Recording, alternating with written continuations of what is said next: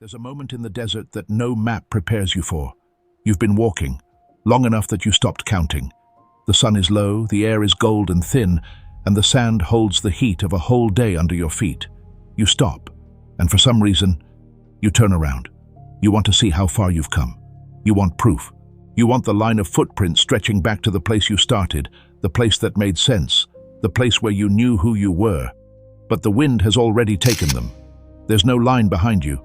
No trail, just sand, smoothed over, like you were never there at all, like the person who walked here has already been erased. So you turn forward again, and there's nothing there either. No path, no marker, no arrow pointing the way you're supposed to go. Only the horizon, shaking in the heat, refusing to become a road. And in that half second, that thin, silent half second, something in you understands what the mind doesn't want to say out loud. You can't go back. The way back is gone. You can't stay. To stand still here is to die slowly, and forward. Forward has no path at all. This is the place most people never talk about. Not the fall, not the failure. Something quieter, and somehow worse. The place where the old life no longer fits, and the new one hasn't arrived. Where what you're doing makes no sense anymore. But nothing has come to take its place. If you've ever stood there, in your own kitchen, at your own desk, inside your own life, feeling like a stranger doing the motions of someone you used to be, then you already know this desert. Stay with me, because everything you've been told about this place is wrong, and what's actually happening to you is the opposite of what it feels like. Here's the part no one says. You are not lost. I know how that sounds. You feel lost. Lost is the only word that fits. The disorientation, the missing road, the sense that everyone else got a map you didn't. But lost is the wrong word. And the wrong word keeps you suffering in a way you don't have to. Lost means you had a path, and you wandered off it. Lost means the road exists somewhere, and you simply failed to find it. Lost means it's your fault. But look around. There is no road here. There never was one. The desert doesn't have trails. That's not a flaw in the desert. That's what a desert is. You're not a person who lost the path. You're a person in the middle of a crossing. And those are not the same thing. One is an accident, the other is a passage. Think about what you're really feeling. It isn't pain exactly. Pain has an edge, a location, a story. This is flatter than that. It's the strange numbness of doing what you've always done and feeling nothing. The job you built, the role you mastered, the version of you that used to light up. Quiet now, not broken, just finished. And that word matters. Finished. What if the emptiness isn't something going wrong inside you? What if it's something going right, and you've only been taught to read it as a malfunction? There's an old story about a people who, when they wanted to curse an enemy, didn't wish death on them. They wished something they considered far worse. They said, "May you stay in the same place." Not a place on a map, a place in a life. The curse was stagnation. To stay exactly who you were, doing exactly what you'd always done, until the end. Because they understood that a human being who stops moving inwardly is already, in some quiet way, finished. Read that against what you're feeling, and the whole thing flips. The emptiness in the old life is not the curse. The emptiness is the thing breaking the curse. It's the part of you that refuses to stay in the same place, pushing you out of the green country into the open, whether you bought a ticket or not. Every traveler who has ever crossed a desert knows one law before any other. You feel hollow because you're between two places. The hollowness is not the enemy. The hollowness is the proof that you left. Something in you completed its work. It carried you as far as it could, and now it's dissolving, not to punish you but to make room, because a life can only hold so much, and the new thing can't be born while the old thing is still standing in the doorway, pretending it still fits. So no, you didn't fail to find your path. You finished an old one, and the desert is what's between.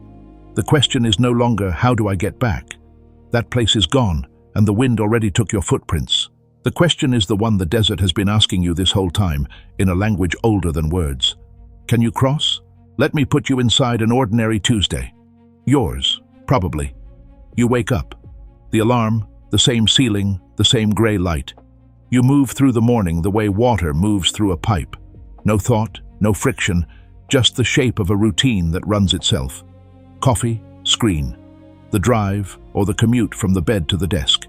You arrive at the thing you do, And you do it well. That's the strange part. You're good at this. You spent years becoming good at this. People rely on you for it. By every visible measure, you are succeeding, but somewhere around the middle of the day, you catch yourself.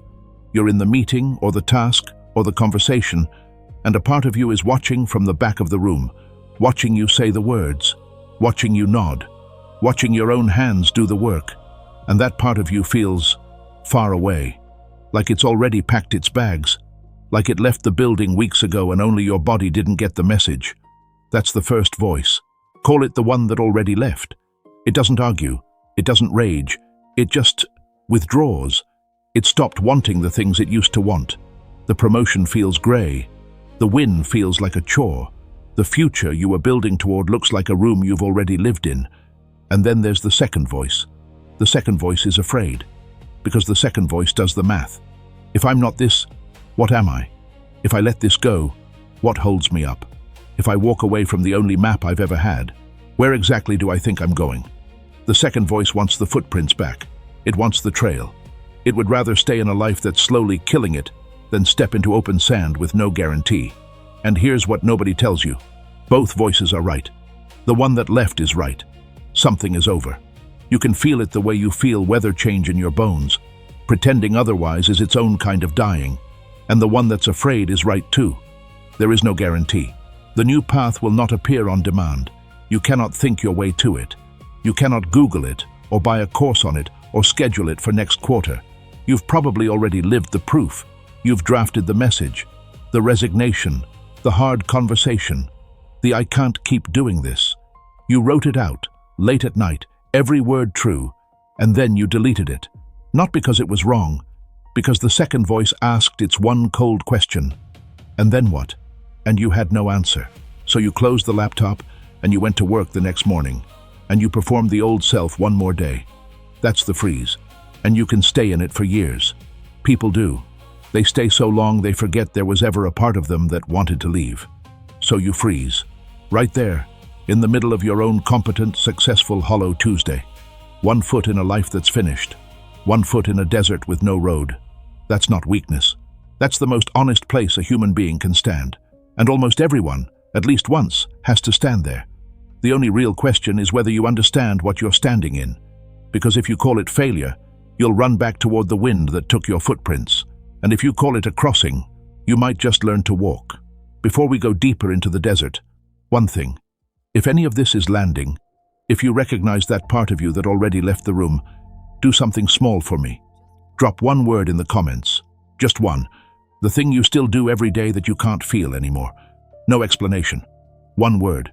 You'll see them stack up. Hundreds of people standing in the same sand who thought they were the only ones. That's not nothing. That's the first proof that this isn't a personal defect. It's a passage, and you're not crossing it alone.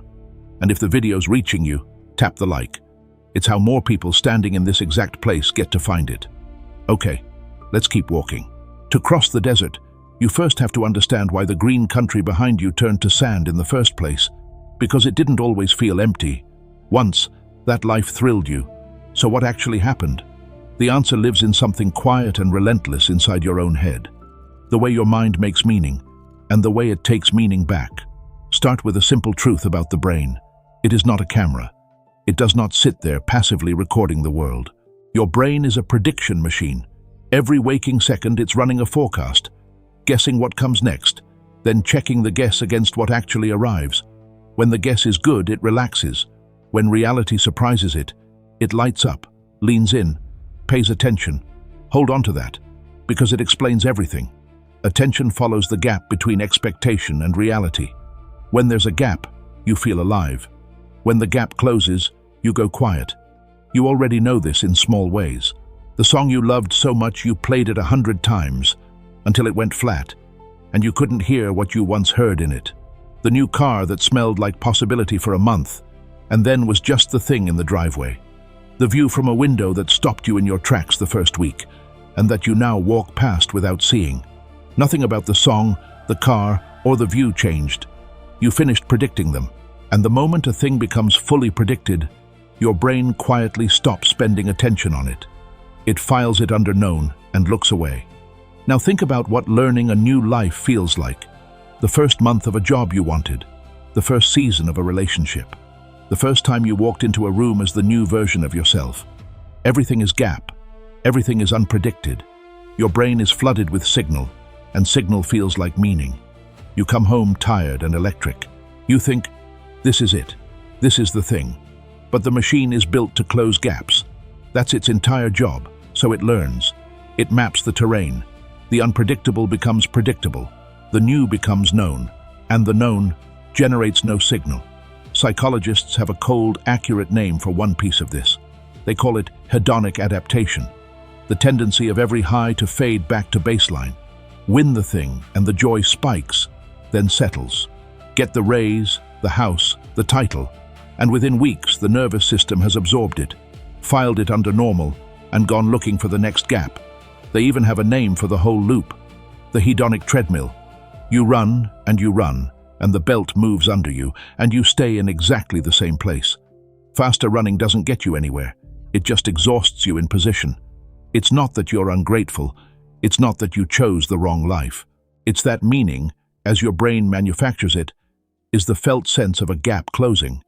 And once a gap is closed, the feeling has nowhere left to live. And there's a second machine running underneath the first one. Habit. More than a century ago, the psychologist William James said something that should frighten anyone standing in this desert. He said that by a certain age, most people's character has set like plaster and will never soften again. He meant that the brain automates everything it repeats. It builds grooves. And once a behavior is grooved deep enough, you stop choosing it. It runs on its own, below awareness, the way you walk downstairs without counting them. This is efficient.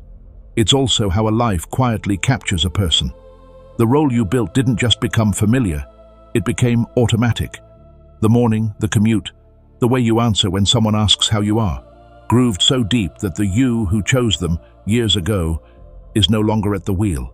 The machine drives itself, and a machine that drives itself feels, from the inside, exactly like a person watching their own hands from the back of the room. So picture what you actually are, mechanically. You're a soul, if you'll let me use the word, driving a vehicle, a body, a set of emotions, a thinking mind, an extraordinary machine. But here's the trouble. You were handed this vehicle with no manual. You learned to drive it by copying everyone around you, in the terrain you were born into. And you got good enough to win the green country. But the controls you mastered were tuned for that terrain. The habits that worked there, the identity that fit there. And now the terrain has changed. The ground has turned to sand, and the old controls don't respond. You're flooring a machine built for a road that no longer exists, and it lurches, and burns fuel, and goes nowhere, and you feel the frustration of someone with a powerful engine, and no traction at all. Here's the trap though. Because the brain reads low signal as something's missing, it does the obvious thing. It goes hunting for a new gap, a new purchase, a new goal, a new person, a bigger version of the same game. And for a little while, the signal returns, and you think you've solved it. You haven't. You've just found a fresh stretch of green country that will turn to sand on exactly the same schedule, because you didn't change the engine. You just fed it. You stepped back onto the treadmill and ran a little faster. This is the engine under the emptiness. The life that drained didn't drain because it was bad. It drained because you mastered it. You closed every gap it had to offer. You learned the terrain so completely that there's nothing left to predict. And a fully predicted world is a world that generates no signal, which your nervous system experiences as exactly what you've been feeling. Flatness, distance, the sense of watching yourself from the back of the room. So understand what the desert actually is. Mechanically, it's not the absence of the right life. It's what it feels like when an entire territory has been fully learned, fully closed, fully predicted, and the part of you that lives on signal has nothing left to feed on there. Which means the way out is not another territory. The way out is to stop asking the terrain for the signal and start asking a deeper question about who's doing the walking. That's the crossing, and the desert has 4 obstacles guarding it. Most people turn back at one of them. Let's walk through all 4. The first thing the desert offers you is water that isn't there. You're walking, parched, hollowed out, and on the horizon you see it. Shimmering, blue, an oasis, relief. There. That's where the emptiness ends. So you turn toward it and you walk, Faster now, sure this time, and you arrive. And it's sand. More hot sand. The water was light bending over heat. It was never there. This is the first obstacle, and it has a name in the waking world. A psychologist named Tal Ben-Shahar called it the arrival fallacy, the deep, almost unshakable belief that when I arrive, at the goal, the milestone, the next thing, then I'll finally feel whole. You've run this loop your whole life. When I get the degree, I'll feel solid. When I get the job, I'll feel safe. When I hit the number, when I find the one, when I'm finally recognized, then. And each time you arrived, there was a flicker of it, a few days, a few weeks of relief, and then the horizon moved, and a new oasis appeared, a little further out, just as blue, just as certain. Track it back far enough, and you'll see how long you've been running. As a child, when I'm finally grown up, then I'll be free. In school, when I graduate, then real life starts. Then it was the first job, the better job, the corner office, then the house, the wedding, the kid, the second house. Every single one of them sold to you by your own mind as the place the hollowness ends. And you reached them. Most of them you actually reached. And the hollowness was already standing there waiting, having arrived before you did. There's a distinction here worth burning into memory. The difference between pleasure and fulfillment. Pleasure is what the oasis promises, a hit, a spike, a moment of relief that fades by definition. Fulfillment is something else entirely, something the horizon can't sell you, because it doesn't live out ahead. Ben-Shahar's whole point was that we keep trying to reach fulfillment using the mechanics of pleasure, chasing the next spike, and then we're baffled when arrival keeps coming up empty. We're using a map of there to find something that was only ever available here. And the cruelest mirages are the sophisticated ones, because once you're spiritually awake enough to see through money and status, the desert just makes a holier oasis. When I finally heal, when I finally find my purpose, when I finally reach enlightenment, then. Same shimmer, same blue, same sand underneath. The mirage doesn't care what you're chasing. It only cares that you keep your eyes on the horizon and you're back to the present. And here's what it actually costs you, which is the part no one adds up. It isn't just disappointment. It's time. It's years. A mirage doesn't take an afternoon to chase. It takes a decade. You give it your 30s. You give it the energy you'll never get back. You arrive, exhausted, at the sand where the water was supposed to be, and the only thing waiting for you is an older version of the same thirst. Multiply that by every oasis you've ever run toward, and you start to see the real price of believing the lie about location. Not a bad day. A pattern that can quietly eat a whole life. Now connect it to the machine we just talked about. The mirage is the prediction engine, weaponized. It dangles a fresh gap, a new, unpredicted thing, and your brain lights up with signal and calls it hope. But the signal was never about that specific oasis. It was just the gap doing what gaps do, which is why the relief always fades on schedule, and the next mirage always appears. You're not chasing water. You're chasing the feeling of a gap about to close, and feeding the exact engine that's been hollowing you out this whole time. The mirage isn't a lie about water. It's a lie about location. It tells you the thing you're missing is out there ahead in the next achievement. It points your whole body toward the horizon and says, run. And in the desert, running toward mirages is how people die. Not because the running is wrong, but because it spends the one resource you can't replace, your energy, your years, your attention, chasing relief in the one place it was never kept. Here's the test for a mirage. Ask yourself, honestly, about the next thing you're chasing, the one you're sure will fix the hollowness. Have you been here before? Have you stood at the edge of an oasis exactly like this one, certain it would be different, and watched it turn to sand under your feet? If the answer is yes, and for most of us it's yes, again and again, then you're not looking at water. You're looking at the desert's first defense. The traveler who crosses is not the one who finds the real oasis. There is no real oasis in this stretch. The traveler who crosses is the one who stops trusting the horizon and starts looking somewhere the heat can't fake. But to do that, you have to get past the second obstacle. And the second one doesn't pull you forward. It pulls you back. Once you stop chasing mirages, the desert plays its smarter card.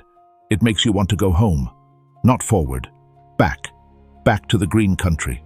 Back to the life that drained, but at least had walls. Back to the version of you that everyone recognized, including you. The pull is enormous, and it dresses itself up as wisdom. Be realistic. Don't throw it all away. You worked so hard for this. Who do you think you are? To understand this obstacle, you have to understand something strange about who you think you are. You are not in your own mind a person. You are a story.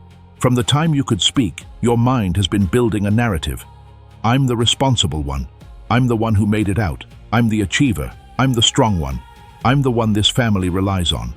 That story is how the mind holds itself together. It's the spine of the self. And here's the thing about that story. It will fight for its life. Because to the storytelling mind, the end of the story feels like death. Not metaphorically, it processes it as an actual threat.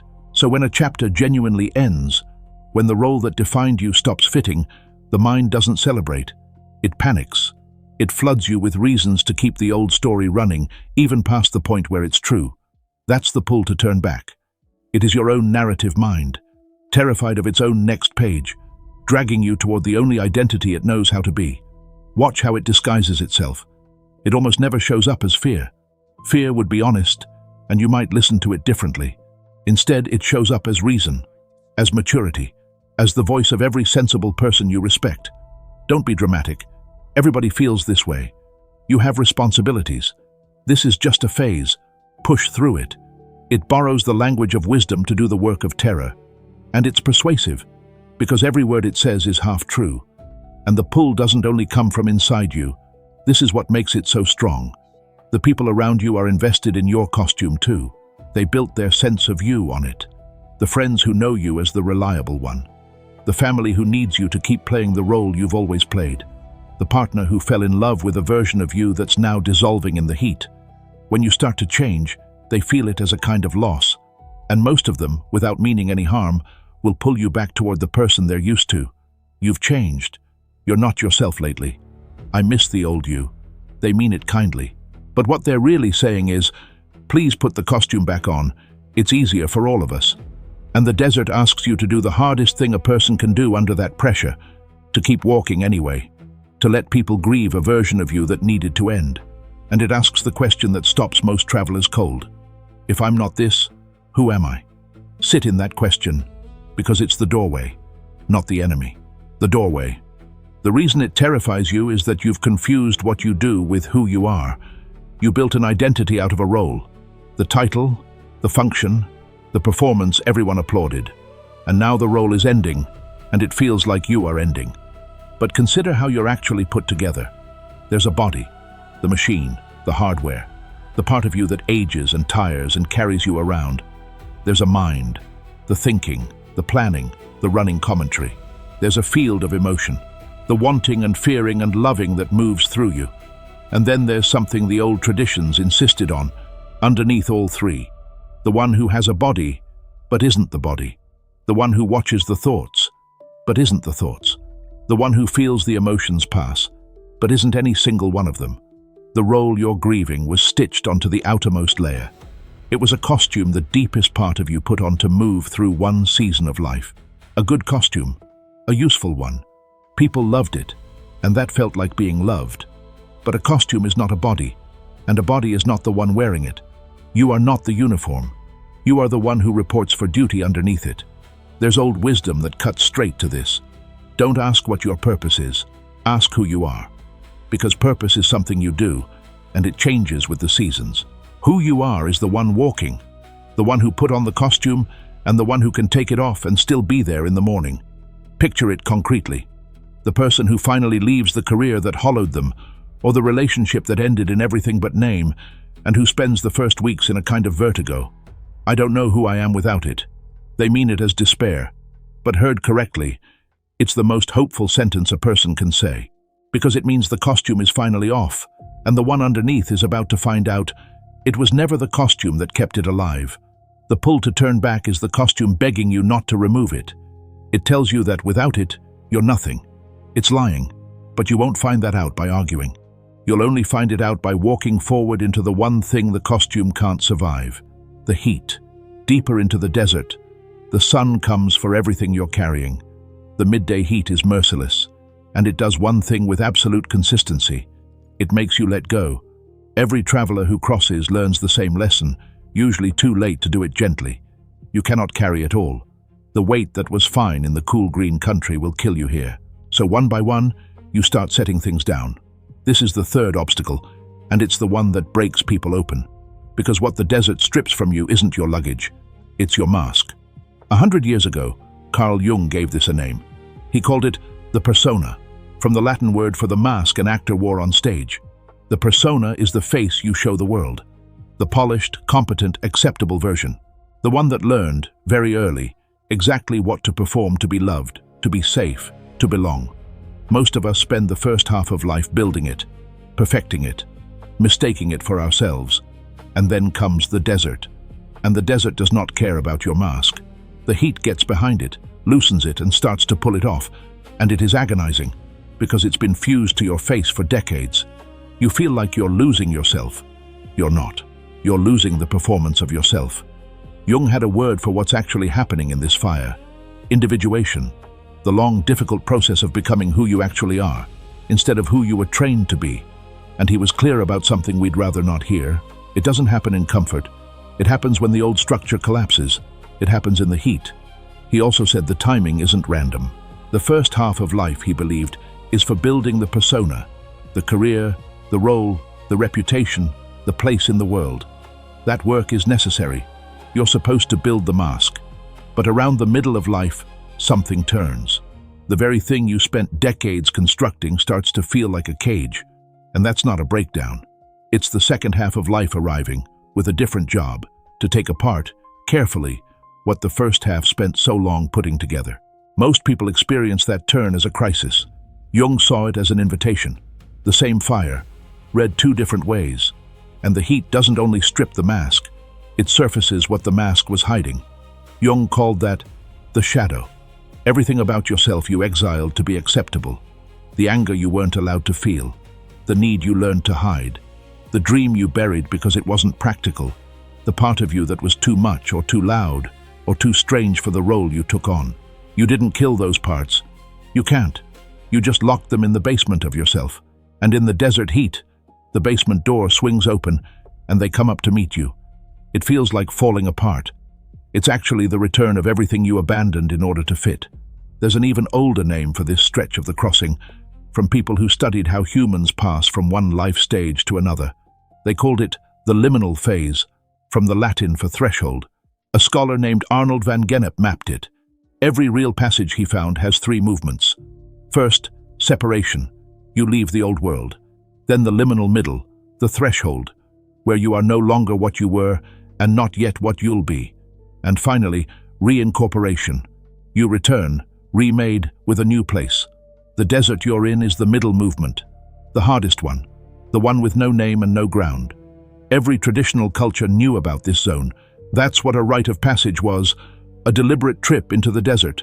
They'd take the young person out of the village, away from every familiar marker, strip them of their old role, send them alone into the wilderness with nothing. The vision quest, the walkabout, the night in the forest with no fire, because they understood what we forgot. You can't become the next version of yourself while you're still wearing the last one. Someone has to walk into the heat and let it burn the costume off. We don't do this on purpose anymore, so life does it to us. The job loss, the ending, the slow hollowing of a path that used to fit. These are not punishments.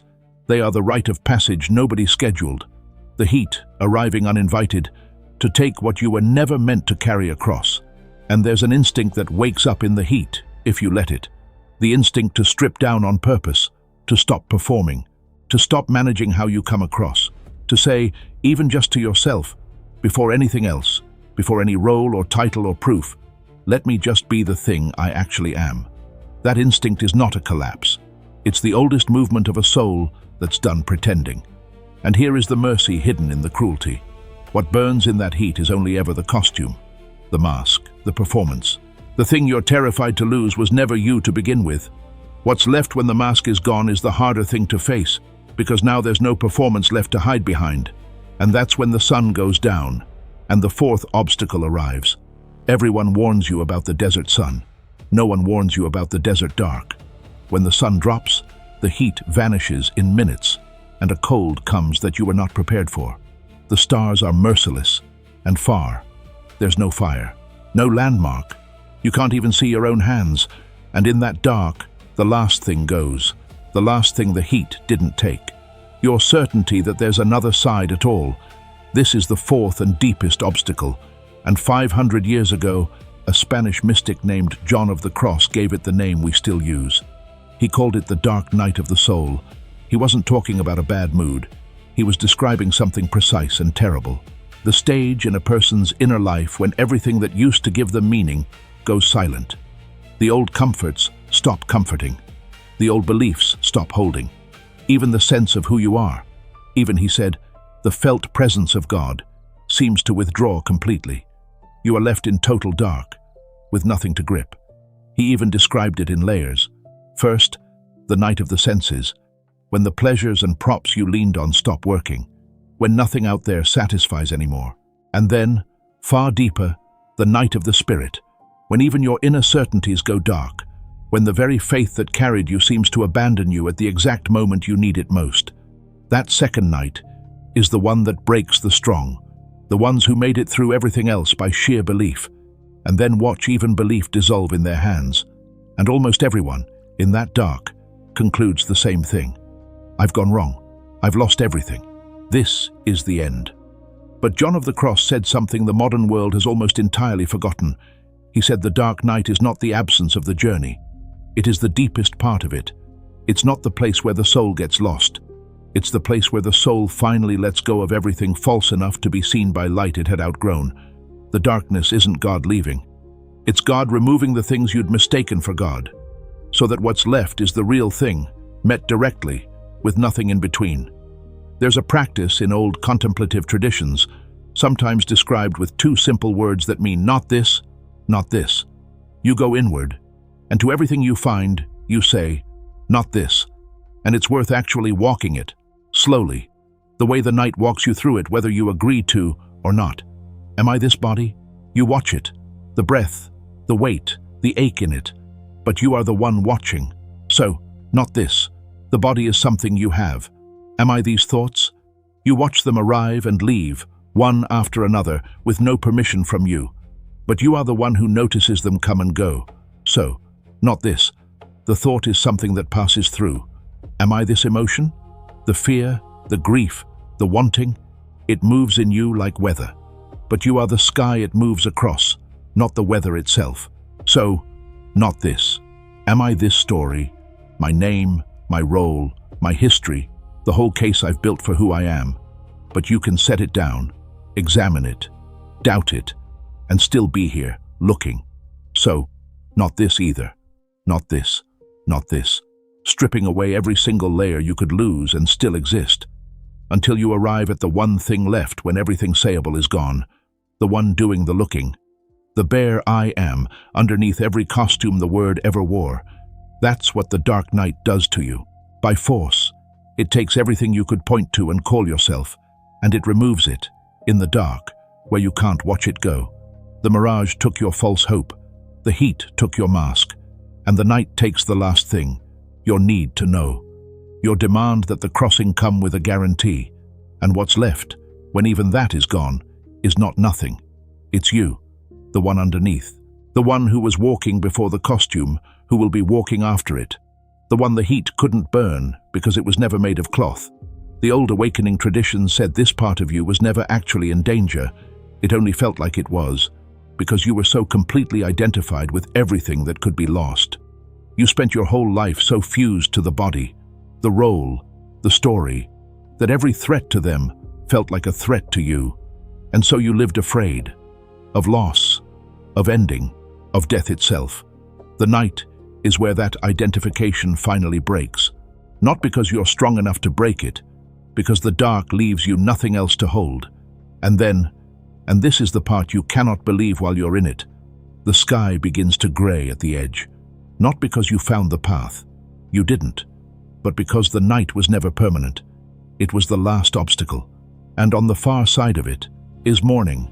If you're still here, almost an hour into a video about an emptiness most people refuse to even name, then you already know you're not the type looking for noise. What we do on this channel is exactly this. We walk into the parts of the human experience everyone else edits out. The desert, the dark night, the crossing nobody hands you a map for. Not to scare you, to make sure that when you're in it, you know what it is. If that's the kind of company you want for the crossing, subscribe. So the next time the sky goes dark, this voice is already in your pocket.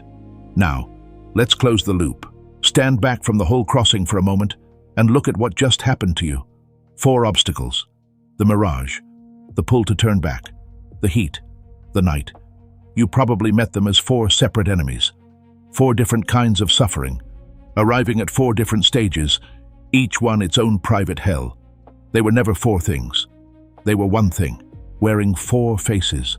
The mirage, the turning back, the stripping, the dark. Every one of them was the same single process, seen from a different angle. The slow, total ending of a self that finished its work. The mirage was that self chasing one more fix. The pullback was that self begging to survive. The heat was that self being unmasked, and the night was that self finally dissolving all the way down. That's the convergence. Every obstacle in the desert was pointing at the same buried truth, the one the whole crossing exists to teach. You were never lost. You were being undone, on purpose, so that something truer could be made. Now hold that against the thing you walked in believing. You came into the desert convinced the emptiness meant something was missing, a path you failed to find, a piece of you that broke. So you searched the horizon for what was absent. But the emptiness was never absence. It was space. A seed can't grow in soil that's already full. A new life can't form in a self that's still completely occupied by the old one. The emptiness you've been treating as a wound is the clearing being made. The void is not the problem. The void is the room. And you cannot decorate a room while you're still tearing down the walls of the last one. Here's the strangest part of the whole crossing. The desert never changed. From the first step to the last, it was the same sand, the same sun, the same dark. The only thing that changed was the one reading it. There are 2 ways to walk through everything that happened to you, and they look at identical events and see opposite worlds. One way reads every obstacle as proof that life is against you. The mirage was a cruel trick. The heat was punishment. The dark was abandonment. From inside that reading, you're a victim of a senseless wilderness, and the only sane response is bitterness, or despair, or the frantic search for someone to blame. Most people live the desert entirely in this reading, and in that reading, they're right to suffer. The other way reads the exact same events as a passage that's for you. The mirage was teaching you to stop trusting the horizon. The heat was taking what you couldn't carry. The dark was returning you to what you actually are. Same desert, same steps. But now every difficulty is tuition, not cruelty. And the one walking is not a victim, but a person being remade. Nothing in the sand decides which reading is true. You do. And which one you choose determines whether the crossing breaks you or makes you. There's an old line that lands differently from here. You already have everything you need, and everything you don't have, you don't need. Heard from inside the first reading, it sounds like a lie. I clearly don't have what I need. I don't even have a path. Heard from inside the second, it's simply true. You don't need the road. You were never going to be handed the road. What you need is the one thing the desert couldn't take, the one walking, and you've had that the entire time. This reframes the single thing that hurt the most, the pain. Because here's what the crossing reveals about pain. The deepest pain of your life is not the wreckage of your purpose. It's the raw material of it. The exact place where you broke is, almost always, the exact place where you can later reach someone no one else can reach. The desert doesn't waste your suffering. It refines it into the one thing you'll have to give on the other side. Think about who actually helps you in your worst moments. Not the person with the cleanest life. The person who's been where you are and came back. Their credential isn't a certificate, it's a scar. The thing they survived became the thing they could offer, and that is the alchemy hidden in your desert. The wound you'd give anything to have avoided is being slowly forged into your usefulness, your depth, the specific gift only you will be able to hand to the next person standing where you stand now. Your pain was never the opposite of your purpose. It was the ore, and it reframes purpose itself. You came looking for your purpose like it was a destination, a fixed point on the map, a thing you'd arrive at and finally be done. But the desert has no destinations. Purpose was never a place. purpose is a direction. It's not the oasis. It's which way you face when you take the next step. You don't have to see the whole road. You only have to know which way is forward. And the desert, stripping you down, was making you honest enough to feel it. This matters practically right now because it dissolves the paralysis. You've been frozen waiting to know your purpose. The big one, the capital P one, the whole map. And you'll keep waiting forever because that's not how it arrives. You don't get the whole road handed to you in the dark. So stop demanding it. Pick a direction you can believe in for the next season. A small purpose, an honest one, something that points you forward and gives the next step a reason, not the final answer, just true enough to walk by. Direction first. The destination reveals itself only to people already moving.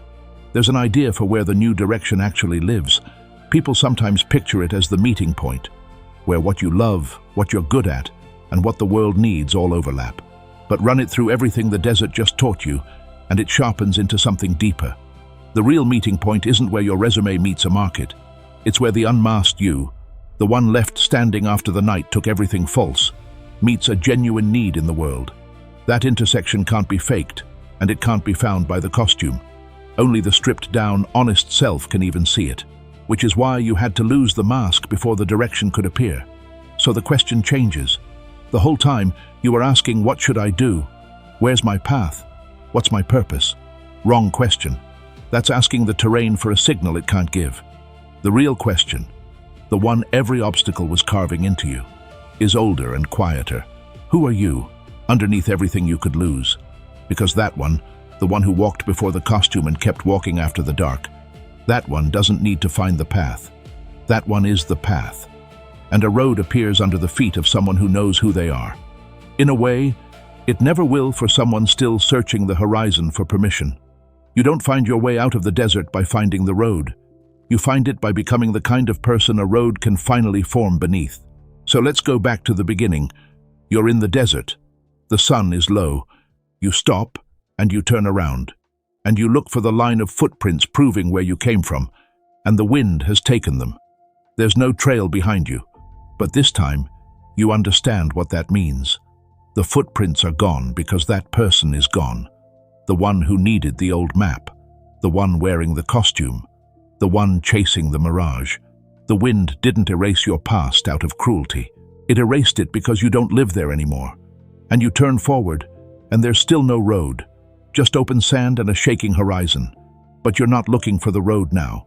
Because you finally understand the secret the desert was keeping the whole time. There is no road to find. There is only the crossing. The path isn't a thing out there waiting to be discovered. The path is the walking. It forms behind you, one honest step at a time. And you only ever see it by looking back at where you actually went. So you take a step. Not toward an oasis. Not back toward the green country. Just forward. As the one who's left. The one the heat unmasked. The one the dark couldn't erase. That's the crossing. That's the whole thing. Now, before you close this and walk back into your Tuesday, here's what to actually do. Something small. Something you can start in the next 72 hours. For the next 3 mornings, do one thing. Each morning, name one thing you carry only because you always have. Not a problem to fix. Just a weight. A habit. A story you tell about yourself. A way you perform for people. A should that isn't yours. Let me make it concrete, because a weight is too vague to act on. The stone might be the way you say I'm fine before anyone even asks how you are. The armor that goes on automatically. It might be the opinion you give to sound like the person you used to be. It might be the hour you spend every night staying busy so you don't have to feel the quiet. It might be a grudge, a role in your family, a version of yourself you perform online. Small things, stones, not boulders. Name it, out loud or written down, one line. And then, for that one day, set it down. Just that day. You're not quitting it forever. You're a traveler in the heat, putting down one stone to feel who you are without it. For one day, don't say I'm fine on reflex. For one day, don't perform the old opinion. For one day, let the quiet be quiet. And then notice, at the end of that day, that you're still here, that something kept walking, even with the stone on the ground. 3 mornings, 3 stones, 3 days of finding out that you're still here when the weight is gone. That's how you learn to cross. Not by finding the map, by discovering, one dropped stone at a time, that the one doing the walking was never the weight. The desert isn't your punishment. It's not proof you failed. It's the passage between who you were and who you're becoming. And the only way out has always been through. The wind already took your footprints. Good. Now you get to find out who walks without them.